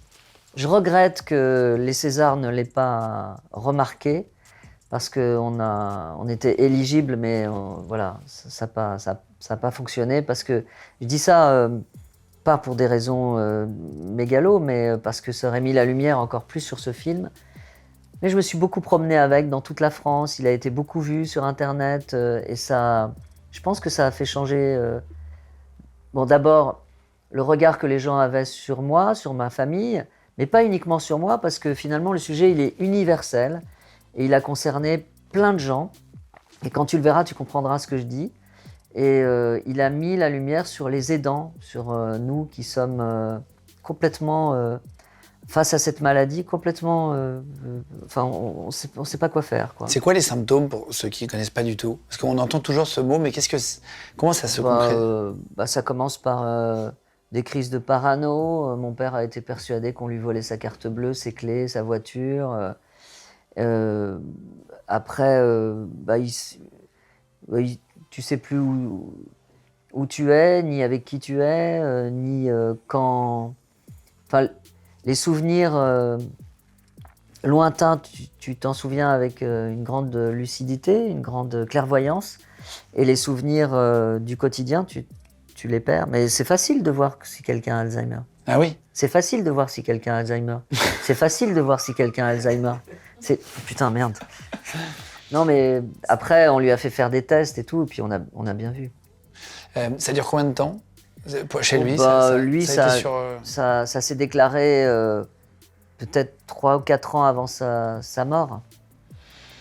Ton père était fier de toi, il te suivait? Oui, très. Il te le disait, lui? Oui, très. Qui était fier, etc. Oui. Non, d'ailleurs, il frimait, hein, il disait « je suis le papa d'Elise Moon ». Il en profitait. Hein. Non, mais il était marrant. T'as été un bon fils? Quand tu dis que t'as fait ça à la fin? Non, je crois que je l'ai beaucoup emmerdé dans mon adolescence. J'ai fait vraiment beaucoup de conneries. Je l'ai rendu fou. Parfois, j'étais un peu dur avec lui. Même quand je me revois dans le documentaire, je me trouve un peu dur. Je m'en veux un peu. Je l'ai un peu trop secoué. En fait, ça m'énervait qu'il soit malade. Ça m'énervait qu'il confonde les outils. Ça m'énervait de devoir répéter 50 fois les mêmes choses. Mais je me suis aperçu que j'étais pas le seul. Non pas à être énervé. Je comprends. Mais que quand nos parents sont malades, on n'a pas envie qu'ils soient malades. Et tu perds patience à un moment donné. Voilà. C'est pas en lui. Oui, si, après, je crois que j'étais un bon fils. Oui, j'étais gentil avec lui, généreux, attentionné. Je lui ai dit que je l'aimais. Je lui ai fait des milliards de bisous, de câlins. Ce qu'il faut faire avec les gens qu'on aime. Exactement. Parce que les parents, c'est pas éternel. Ouais. Et donc, moi, je pensais. Hein. En fait, je pense souvent, que... on me disait oh là là, mais qu'est-ce qu'il est mignon ton papa, mais profites-en, reste avec lui, profites-en. Puis je disais oui, mais enfin, il est chiant hein, quand même parfois. Oui, mais quand même, c'est pas grave. Et même avant qu'il meure, avec ma sœur, on a dit des choses qui se disent pas, mais on avait envie qu'il meure, qu'il disparaisse parce qu'on voulait pas le voir dans cet état-là. Et puis quand c'est arrivé, c'est horrible, c'est triste. Parce qu'il se détériore, tu veux dire, dans le sens... Oui, il faut qu'il bien parte vite, sûr, parce que là, c'est pas... il perd la parole, il perd... c'est horrible, hein, cette maladie. Ouais, à la fin, il a du mal à parler, carrément. Oui. Il avait maigri, et puis en plus, sont arrivées les règles du Covid, on n'avait plus le droit de le voir, donc on ne l'a pas vu pendant 2 ou 3 semaines. Donc il n'a pas compris pourquoi on ne venait pas le voir. Et c'est à partir de là qu'il a glissé. Ah oui, c'était 2020, c'était j'en veux beaucoup à ces... on nous a forcés, on nous a séparés de nos vieux, des anciens, donc c'est grave de faire ça. Il y a beaucoup d'aidants. Parce qu'ils ne sont pas morts du Covid, hein, ils sont morts de solitude, la plupart. Ce sujet dont tu parlais avant, j'ai parlé avec des gens dans le train, des gens qui sont aidants, c'est-à-dire qui s'occupent de leur maman, de leur papa. Dans le train, dans quel train? De quoi? T'as dit j'ai parlé non, avec parfois des gens je parle dans le train. Dans le train avec des gens à côté de moi. Ça va pas toi hein? Pourquoi? Ah c'est grave, hein, ce que j'entends là, c'est grave. Hein.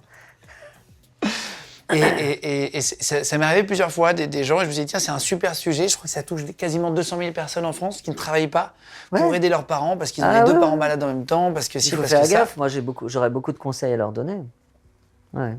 Sur comment se comporter, tu vas dire? Oui, comment se comporter, il faut... Leur dire les choses. Penser à soi. Parce que sinon, on peut être entraîné dans cette maladie. Elle fait des victimes. Les premières victimes sont celles qui sont atteintes de cette maladie, mais l'entourage aussi, c'est dur. Hein. Aujourd'hui, tu disais, t'es épanoui, tu fais plein de films dans ton métier, etc. Ça se passe bien. Qu'est-ce qui te manque? De faire un film qui me D'auteur? ressemble plus, d'auteur, enfin, qui me ressemble plus. Bon, je suis en train de l'écrire, donc j'espère que je vais arriver au bout de ça. Et voilà, je voudrais montrer que je suis un bon acteur. Bah, tu le montres déjà très bien, là, non? Ouais, je le montre, mais je voudrais arriver à une certaine, dans mon métier d'acteur, à une certaine sobriété que les gens ne connaissent pas, en fait, de moi. Ça, j'aimerais beaucoup faire ça. Une sobriété dans quel sens? Où tu en fais plus? Sobriété, jouer en normal, sans moustache, sans lunettes, sans voix bizarre, sans machin comme ça, mais en normal, en beau gosse, quoi, tout simplement. Pour terminer, je te remercie pour toutes ces réponses. Merci. C'était super J'ai essayé intéressant. d'être sincère. Hein. Ah bah tu l'as été vraiment là. Ah oui, oui. On a une vraie J'ai du discussion mal à pour le tricher. coup. On va faire venir Sébastien à côté de toi. Vas-y. Il va nous poser 5 questions à voir si on arrive à aller au Oh là moins là. jusqu'au CM2. La honte. Allez, pour terminer, c'est parti. Allez, pour terminer l'émission, Sébastien, bienvenue. Merci. Enfin, je te dis bienvenue, tu es là depuis le début, mais pour voilà, Ah oui, présente on s'est Sébastien. croisés à tout entre le temps. monde. T'as préparé quoi exactement? Alors avec les auteurs, on s'est dit qu'on allait faire un petit mélange de questions qui vont du CP à la terminale, puisque parfois on imagine qu'on a gardé toute notre culture depuis le C'est de début. faire comme du cobu. Exactement. Non mais je vous le démarre très rapidement pour que tu ne puisses pas dire. Ouais. Et En franchement, tout cas, t'es très sympa comme mec. J'aime bien la façon dont t'es. bon, Légende est écrit, le logo Légende est très très beau. Hein. Effectivement, la DA est très très belle. J'y arriverai pas. On n'ira pas jusqu'en terminale, tu me l'as dit. Tu m'as dit, franchement, les questions, elles sont Ah dures. Ouais. En fait, je me suis rendu compte d'une chose, c'est que on se rappelle des choses qui sont plus récentes, mais il y a des fois, au niveau CM2, CM1, des choses un peu basiques, on va les oublier. Et en plus, on n'est pas représentatif de la jeunesse. Aussi. Non, mais paraît-il que la jeunesse scolaire française, elle est à un niveau Ça évolue. catastrophique. Ouais, je crois que le français et l'anglais, là, ça baisse. Français-anglais, l'arrivée les maths. en 6e par rapport à la lecture notamment, c'est des grandes faiblesses que les profs mettent en avant. Et c'est ce dont je parlais. Le téléphone, il est en train de tout foutre en l'air. Ouais. Après, je sais pas si. Est-ce que c'est l'éducation? Bah tiens, on va en parler. On va tenter, on va Écoute. voir où on s'arrête. J'ai 2 questions à chaque fois. Chaque classe, j'aurai 2 questions. Vas-y. Il y en a une, là, 2. Tu pourras choisir laquelle tu préfères, comme Très ça tu bien. auras un petit peu le... J'ai pas vu, moi, vraiment, j'ai Non, pas t'as vu. pas vu. Franchement, t'as pas vu, c'est vrai, c'est réel. Vas-y. Niveau CP, question 1 ou question 2? Vas-y. Question 2, j'en sais rien, moi. De quelle couleur est la tomate? Rouge. Voilà. Bon, c'est CP, hein. Ne fais pas le gars qui... Hein. Non, mais enfin, là, si Ne sois pas fier, Si on est ne à sois ce pas fier. niveau-là, s'il te plaît. Vas-y. Il te reste la question 1, du coup, Guillaume. Combien y a-t-il de lettres dans l'alphabet? 26 26 C'est ça? Ne travaillez pas sur Non, le mais j'ai eu CP. un mini doute, là, je me suis franchement. dit. Non, mais je me suis Il y a mis un la pression piège. pour. Ouais, exactement. Happening le plus court de l'histoire, voilà. On s'arrête au CP. Bonne journée. Vas-y, deuxième question. CE1. CE1, question 1 ou 2? Peu importe. Peu importe, bon, je choisis. Effectue cette multiplication sans retenue. Parce que je sais que les mathématiques, on en parlait tout à l'heure, c'est pas tellement ta cam. Attends, tu te plantes au CE1, je me lève, je te dis pas au revoir. 132 multiplié par 2. Euh, Nous sommes en CE1 quand même, je rappelle. multiplié par 2. 264. C'est bon, C'était c'est une bon, bonne c'est réponse. bon, c'est bon. Il y a un petit coup de Sans transpiration. retenue. sur Bah le ouais, test non, de mais CE1. c'est horrible parce que c'est filmé. Tu vois? C'est quand Il y a on pas de va retour passer en pour des arrière. bouffons, quoi. Mais la deuxième, tu Vas-y. verras, est je trouve plus compliquée personnellement. Oh, putain. Complète la liste des 5 grandes périodes de l'histoire, Guillaume. La préhistoire, l'Antiquité, le temps moderne, l'époque contemporaine. Il en manque qu'un. Attends, c'est Qui pas se du trouve en- CE1, arrête de te foutre de ma gueule. je sais pas. CE1, tu sais même pas. CE1, tu prends les périodes de l'histoire, mais du coup, après, tu ne Attends, reparles plus de ça. redis-moi, attends. Ne cherche pas. La préhistoire, l'Antiquité, on parle des Préhistoire, grandes périodes de l'histoire. Antiquité. Je cherche celle-ci, Ouais. la suivante, les temps modernes et l'époque contemporaine. Ah, C'est je pas l'ai, je crois que je l'ai. l'époque romaine, non. Non, on a après l'Antiquité. Attends, je peux te dire. C'est Voilà. C'est ça? Ouais, très bonne. Yes, je l'ai. c'est pas Très bonne l'époque élève. romaine, non, c'est là. Non, Guillaume, c'est. il y a eu la préhistoire, l'Antiquité, et juste après, il y a les temps modernes. Après l'Antiquité. Après, il y a les temps modernes. Bah, le Moyen-Âge. Bien Absolument. joué. C'est ça? Absolument, ouais, C'est vrai c'est ça, c'est ça. Ok, ok. Moyen-Âge, ça Waouh, dure très CE1, longtemps. Hein. brrr. On est sur J'ai quasiment mis 1000 moins ans. de temps que toi. Hein. Je veux pas. C'est vrai. CE1, on passe au CE2. On passe au CE2. Putain, c'était limite là déjà. Ouais, putain. Alors, Ellie, Ouais. donne-moi la nature des mots soulignés dans la phrase. Je vais te dire des phrases et quels mots il faut type de mot, définir. c'est. Un petit cheval sauvage. Le mot est petit. La nature? Ouais, la nature du mot. Ouais. C'est l'adjectif. C'est le. Tu ne verras rien. Tu ne verras rien sur mon visage. En même temps, je vais Mais reprendre tes t'étais pas- bulletins, je vais lire tes t'étais bulletins. pas si ouais, mal. français. Mais c'est un adjectif. Oui. Très Bonne simple. réponse, bonne Ouais, réponse. c'est ça, c'est Ah bah c'est non, ça, mais c'est tu ça, m'as c'est regardé ça. avec une tête. Ah non, je te mais t'as regarde. vu, ça nous déstabilise, c'est horrible.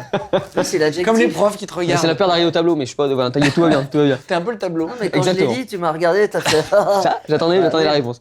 Les souris mangent du fromage. Lait. Typiquement, c'est le plus dur que je trouve personnellement. Je ne l'aurais pas Les- trouvé. Alors attends, mais Qu'est-ce que lait? Qu'est-ce que lait? C'est ça la question. d'abord, qu'est-ce que ça peut te foutre Déjà, Moi, pas grand-chose. Déjà, je te dis ça. Les, Les souris mangent du fromage. c'est. Ah, je sais pas du tout, putain. C'est dur. Eh ben, je l'ai pas, moi. Bah, c'est un déterminant. Ah ouais.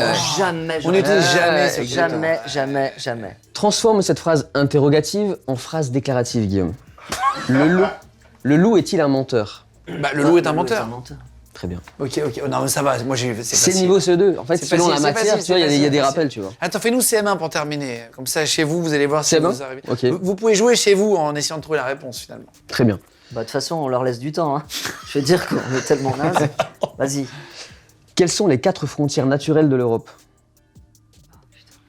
De l'Europe. L'Europe, hein, donc le continent européen et pas l'Union Ah, européenne. Bah, la Russie. Attends, quand tu dis Enfin, frontières naturelles, c'est les C'est-à-dire montagnes. à l'est, nord, Ah, les ouest. montagnes. Bah, des frontières, des frontières Il faut que je te naturelles. donne Bah, c'est un un nom de fleuve, pays par ou exemple. alors, Non, non, frontières naturelles, c'est fleuve. fleuve ou montagne. Fleuve, montagne, Ah, les mer. frontières mer. naturelles. Exactement. frontières Méditerranée. Ah, pardon, c'est pas moi. Bah oui, y en la a 4. Méditerranée, forcément, puisqu'elle sépare l'Espagne de La l'Afrique. Méditerranée en fait partie. La Méditerranée. Après, Putain, ils se l'Europe- seraient arrêtés en CE1.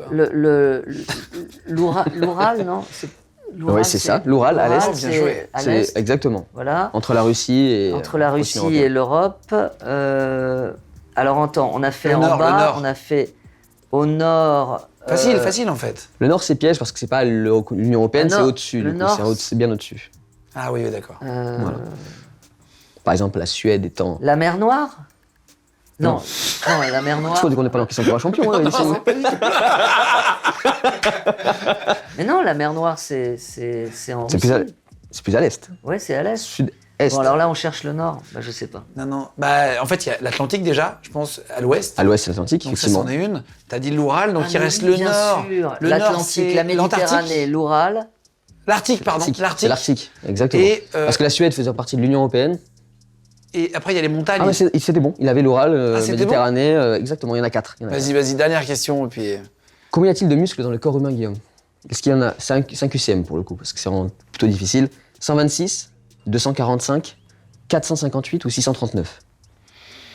639. Moi, j'en ai qu'un. Non, j'aurais dit 438 en vrai, putain. Mais vu que tu me regardes comme ça aussi, tu m'as déstabilisé. Je regarde totalement naturellement. Non, 400 et quelques. Non, il y en a 639. Ah, c'était ça, putain, Ouais. j'avais Ça fait bon. partie des chiffres, on apprend beaucoup, nombre d'eau, Mais nombre t'en as de... pas une autre. Allez, Fais-nous une vas-y, question quand pour même. terminale.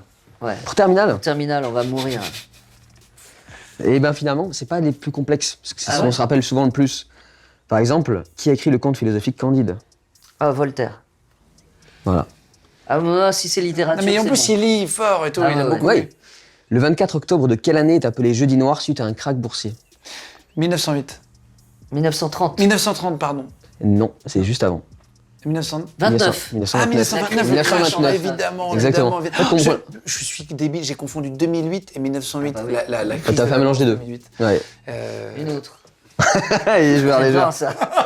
je vais t'épargner un peu la physique quand même, parce que Oui, je oui, me rappelle non, que sur non. les carnets, c'était Ah pas ouais, c'est une le... catastrophe.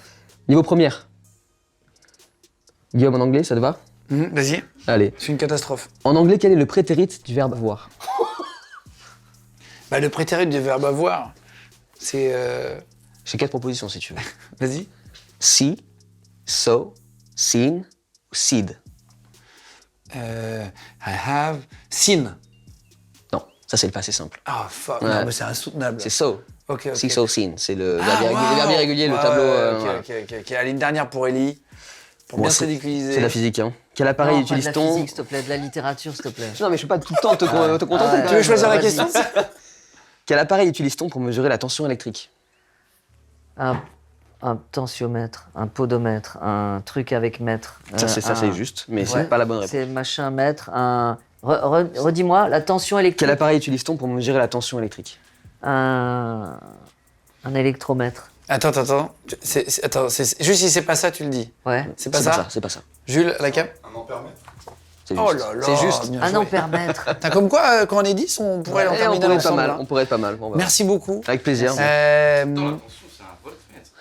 La tension électrique, c'est mieux avec un On ampère-mètre. n'embauche que des électriciens encadreurs ici, donc on peut pas se tromper. Voilà, c'est Bah, par contre, tu ne l'avantage. m'auras pas parce que je suis absolument nul en physique, donc je ne C'est pourrais pas vrai répondre à cette question.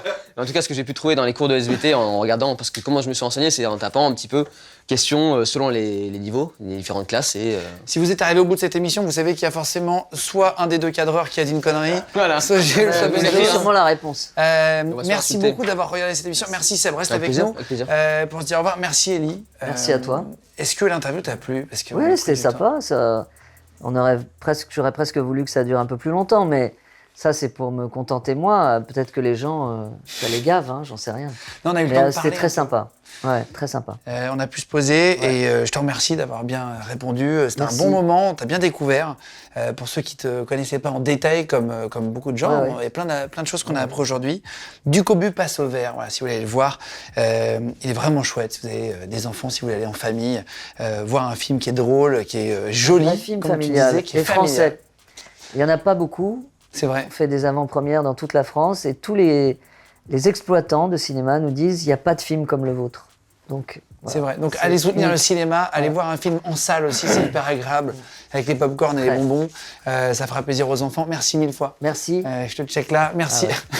Je sais pas pourquoi tu veux me donner un coup de poing à la fin du spectacle. Enfin bon, je trouve ça un peu mal poli, mais c'est pas grave. Merci mille fois. On était dans ce love. Voilà, je vous montre juste le setup. Je le montre aussi à chaque fois à l'image. Voilà, merci à toute l'équipe d'avoir pu être derrière les caméras et d'avoir préparé tout ça. On est dispo tous les mercredis, vendredis et dimanches pour des interviews. Et sur Spotify, Deezer, Google Podcast et Apple Podcast. Merci de faire de Légende le podcast numéro 1 en ce moment. On est vraiment trop content d'être là avec vous chaque semaine. Je vous embrasse.